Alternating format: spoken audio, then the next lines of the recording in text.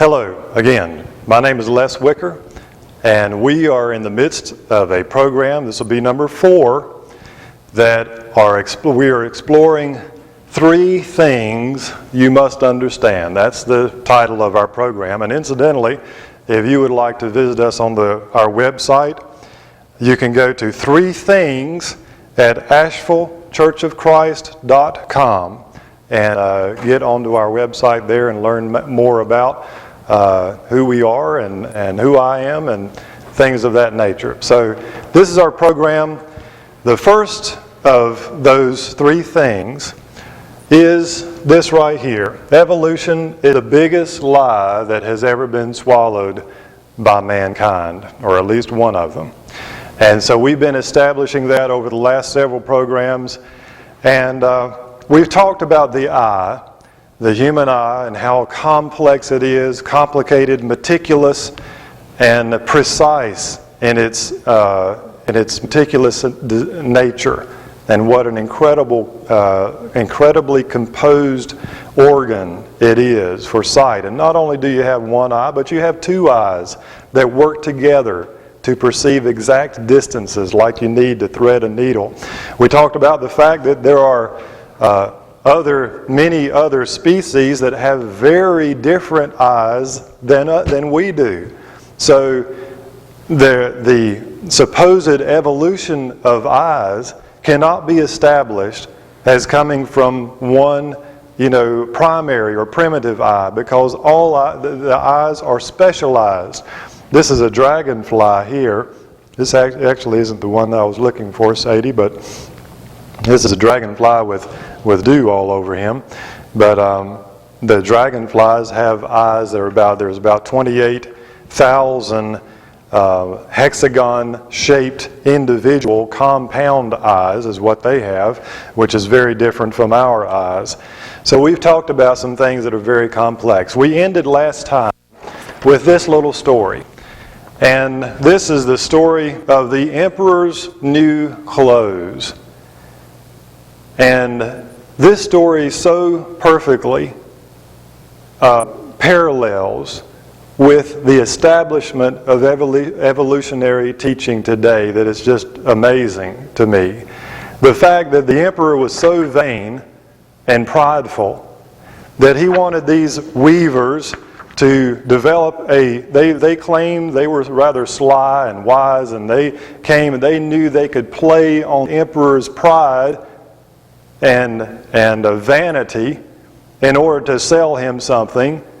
And so they did, and so they created this wonderful garment. Here's the weavers weaving on their loom, and the thing about this garment was that you had to be wise, of a wise and understanding heart in order to see the garment.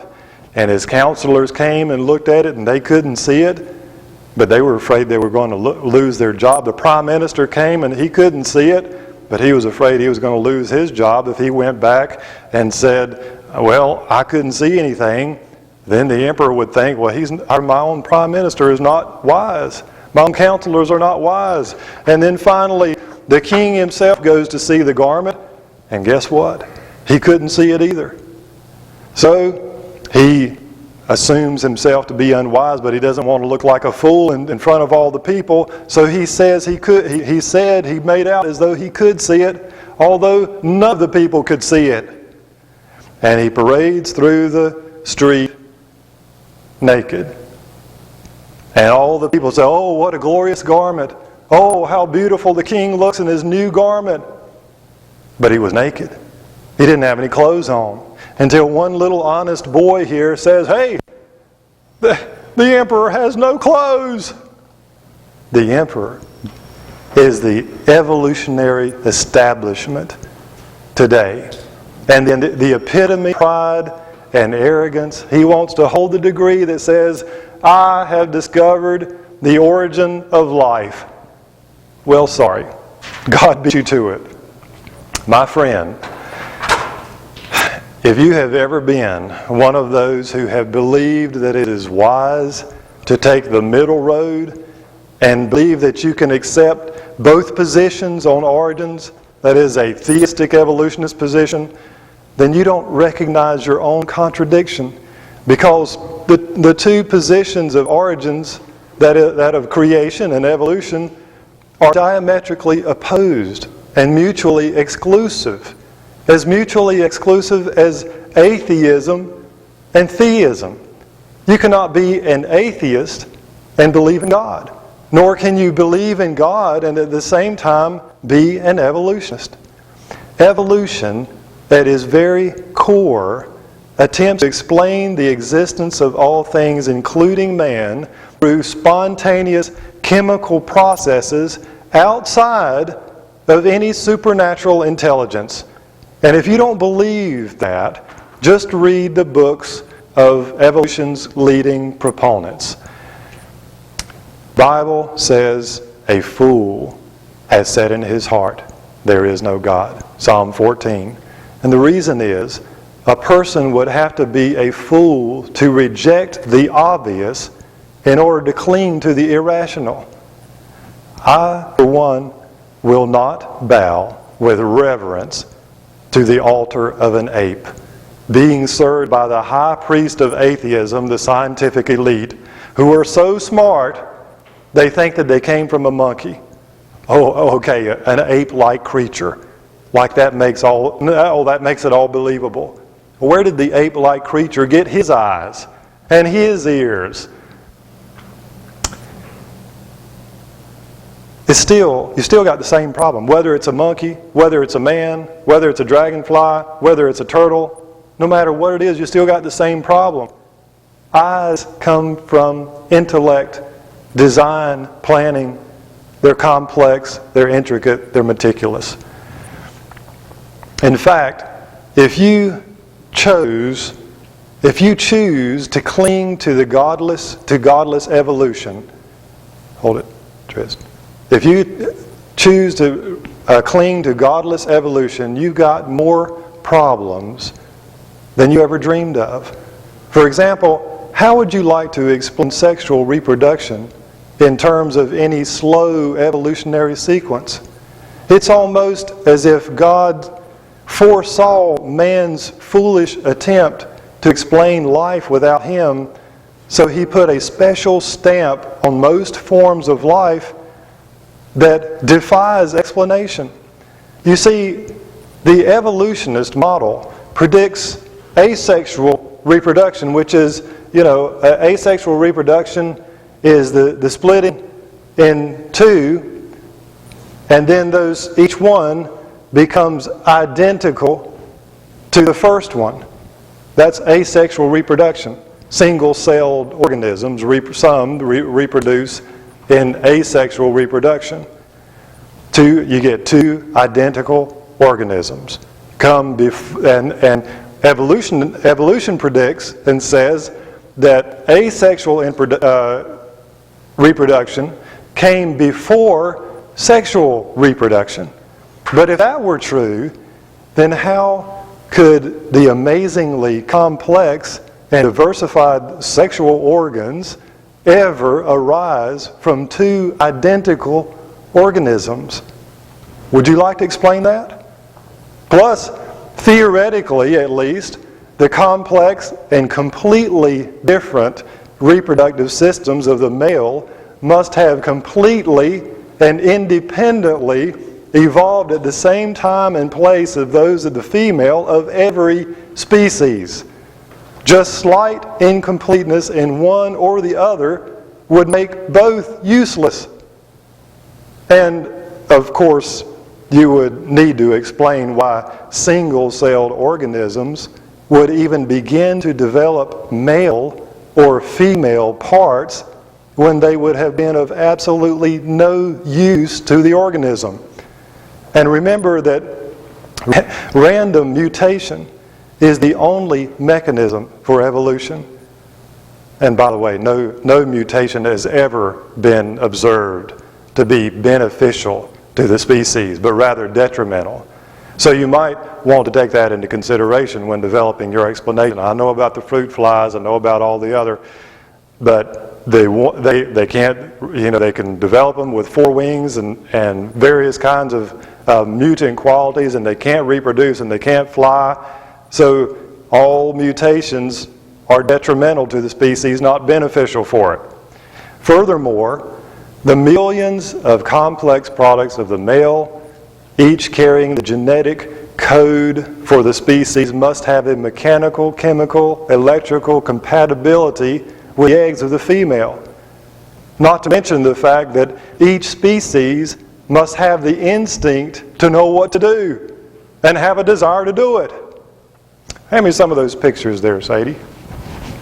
Let's just take look at some, well, we don't have to erase all of that. Let's just say, all right, you got a kind of parrot here. Each species, keep them coming. Each species has its mate. Male and female fox. This was the picture I was looking for when we were having our discussion of the eyes. Look at those compound eyes, I believe, of a dragonfly. Look at there. Male and female gorilla. There's another picture of a gorilla. Male and female whooping crane, I believe. Keep coming. Peacock. And there's a woman standing there as well. Look at that. See, I've got peacock feathers right here. I showed these a little bit earlier. Absolutely breathtaking in color. There's one. There's the whole creature right there. I wish I had one to hold right here. But these are just a part of the tail feathers of the peacock, beautifully arranged, and innumerable species of insects. And there's some of them there. Here's some lambs. There's a wood duck, male and female. By the way, look very different. Just like the peacock, looks very different than the female. All right? Look, here's a turkey, male and female. Now I'm going to make a point about this in a minute, but I just want you to observe that there are millions of species here. Look at that beautiful tiger. Tiger has his mate. Every single creature that God created has his mate. Now I'm not sure what kind of tropical frog that is, but there's meerkats. There's monkeys. Monkeys reproduce other monkeys, not men. There's a cheetah. Should put the tape toward top there. There's a blue jay. That one's not going to work, is it? All right, on and on we could go. Here's a Luna moth. Luna moth has a male and a female. Hope you can see these. There's a quail, male and female. There's a part of a crab right there. Put him up there. Male and female of this species. There's a chickadee, male and female. Chickadee. Innumerable kinds of sea life. I won't put that one up there.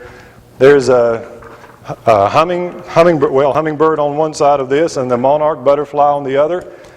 Incidentally, monarch butterflies, unbelievable.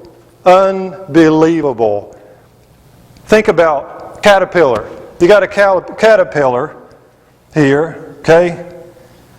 Has a twig here, goes into a chrysalis form here, and then comes out one of these. Now, there is no slow sequential process of evolution that can explain this metamorphosis, because the code, you see, has to be in the caterpillar. It has to be in the caterpillar, well, in the egg before that, the larva. The code has to be in there. Did you know that when the caterpillar is in the chrysalis, or the cocoon, that he completely emulsifies? He liquefies, basically. Nothing is left except the matter, except the material itself. Nothing is left of the caterpillar. It's completely recomposed into a butterfly. His eyes are different. His legs are different. His total body is different. That means that the code has to be in there from the beginning. It's a complex genetic code.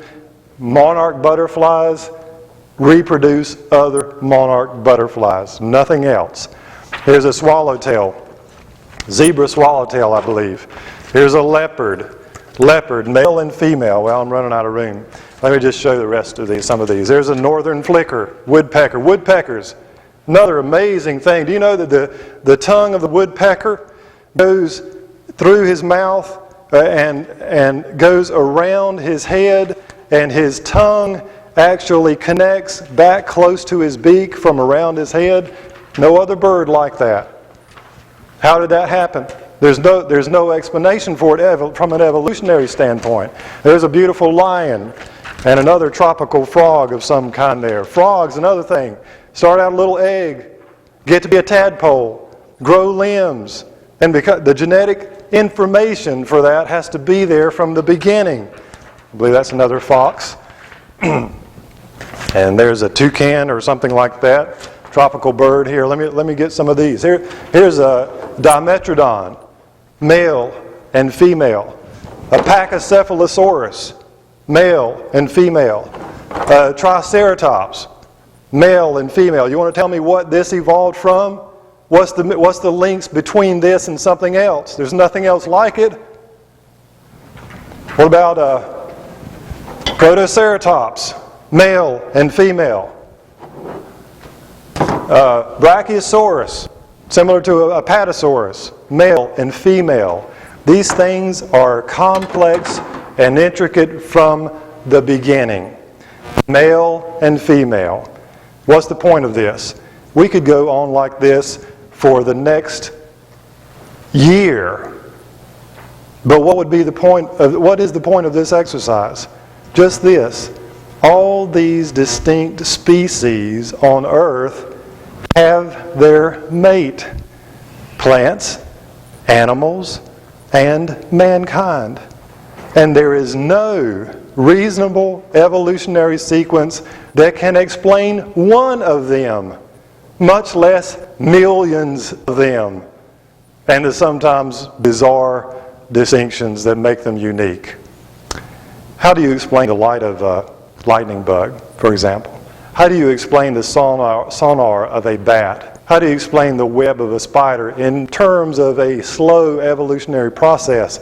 An electric eel that produces 600 volts of electricity. The bombardier beetle, which mixes an instant bomb by squeezing chemicals from special tanks into an activating chamber, resulting in an explosion of boiling irritants on any of its unfortunate enemy. We've not even mentioned the flight of birds. Do you know how evolutionary scientists explain the origin of birds? They believe that reptiles, like lizards, developed longer scales on their front legs, and they used them like a fly swatter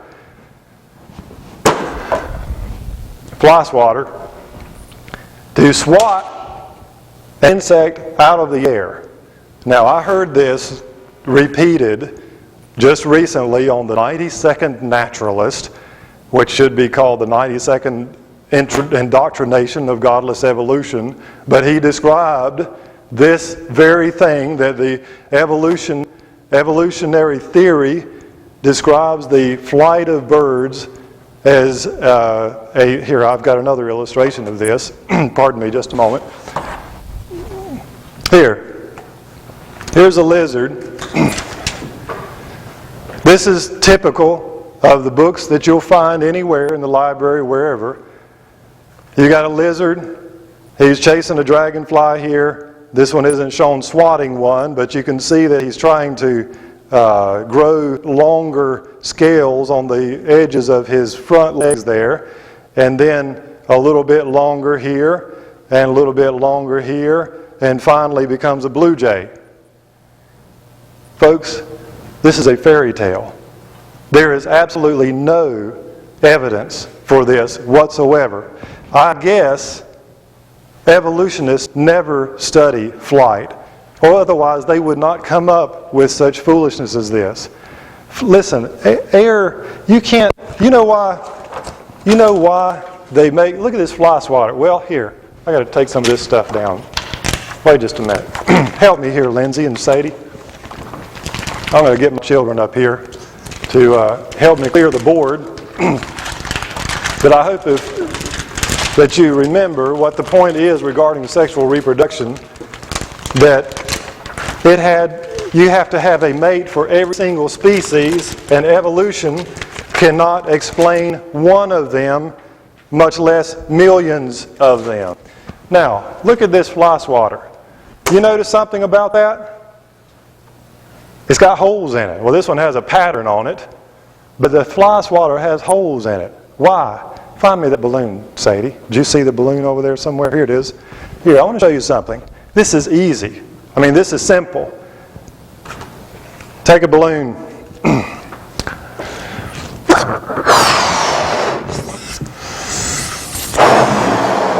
All right? What does that mean? Air has mass. It has volume. You see, I can hold it in there. Now, why can you not find a fly swatter that is solid?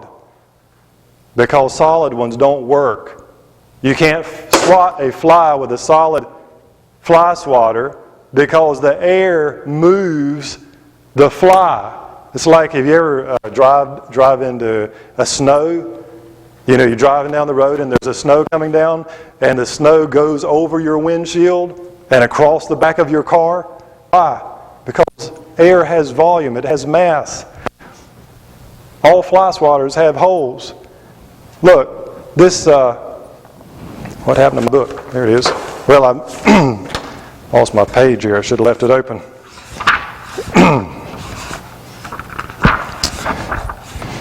Yeah. Here, find that page for me again, Sadie. Anyway, they have holes. Air has mass. Now, let me illustrate something. Lizards have no concept of flight. They know nothing about aerodynamics. They know nothing about the complexity of flight. They have, no concept of what's required to fly to begin with. All right, thank you. So, dinosaurs with wings. Here you go. So here's the evolutionary sequence that's supposed to have occurred. This is the current thinking on bird flight. Now, let me talk about birds. Well, I got too much stuff on my tables over here. So find me that again, say thank you. In order for something to fly, birds, for example, let me just illustrate this. A wing on an airplane has a front edge that is curved like this, and is flat, more or less flat on the bottom. That's the way airplane wings are curved. The air flowing in here has to go faster and farther over the top edge of the wing than it does under the bottom, because it can go straight under the bottom, but it has to go faster and farther over the top. Now, that creates a higher pressure under the bottom than over the top. It also creates some turbulence in here. That's where you get the lift from.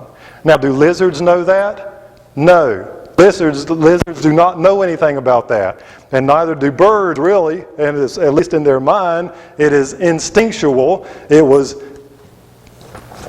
granted to them by instinct, by God, but there is no evolutionary sequence that can bring a lizard to a bird. Now, let me say one more thing. Where's that big feather there, Jamie? Do you have that big blue feather? Let me show that a minute. Every feather. I'm going to have to end on this today, but let me just talk about the feather for a minute. This is a parrot feather, beautiful feather. Every feather, not only is every wing, you got to, let me see. You got a wing here, let's say.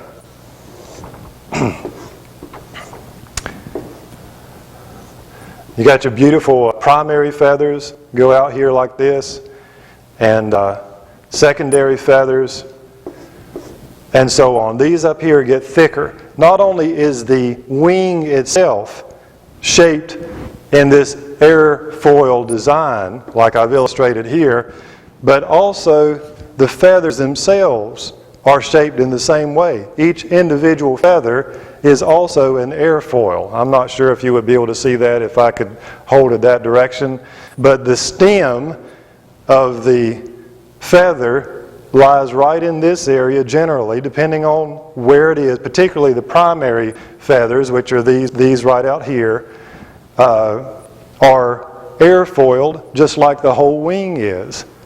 So here's something else. Now we're talking about, the reason I'm explaining this is because I want you to know that understand that there is no evolutionary sequence that can make the hard, rough scale of a lizard into a light, complex feather. Now, feathers, if we were to look at this under a microscope, let's say this is our microscopic view here, and we've got the stem running through here, and then other stems running off in this direction and this direction. Did you know that in between each one of these there is a little hook, kind of like an eyelet, and there's an eyelet, a hook and eyelet system that goes in between each one of these parts of the feather. That's why you can take a feather like this and you can gently pull it apart like that. And some birds, like ducks, can take theirs and they can put them back together, just like I did that one. See that? Watch this. See, you can take them apart. See that? And then you can sometimes, depending on if they go back together easily, this one does, you can put them back together. It's almost like a Velcro, not exactly, but there's a hook and eyelet system. Now, I want you to tell me how in the world a lizard scale becomes a complex light feather like this. It is not going to happen, and there is no evidence that it ever has.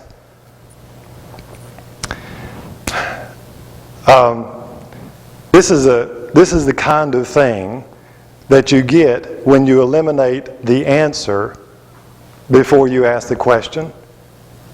I mean, this is an insult to my intelligence. You know, we know that there is no God is kind of the essence of this. So let's get our minds together and solve the problems of our own existence ourselves. That is like eliminating the number 4 and then asking the question, well, what does 2 plus 2 equal? Well, it must be 5, or maybe it's 3, but it can't be 4 because 4 doesn't exist. That's the level of intellect that the evolutionary theory is taking when you eliminate the answer before you ask the question. Well, we're out of time for today. We'll continue on this program. Be patient with me. We'll eventually get to the second point. We're still on number 1. Evolution is the biggest lie that has ever been swallowed by mankind. And we're coming closer to the close of this section. So be patient and be back with me on the next program. Thank you.